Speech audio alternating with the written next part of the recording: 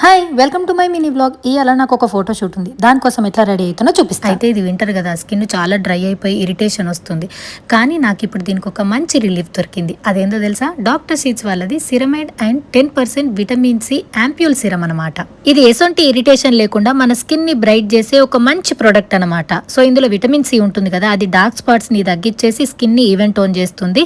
And అంతేకాక doctor Sheth's 99% pure and stable vitamin సినే వాడుతున్నారు. అంటే చివరి డ్రాప్ వరకు బెస్ట్ రిజల్ట్స్ కోసం.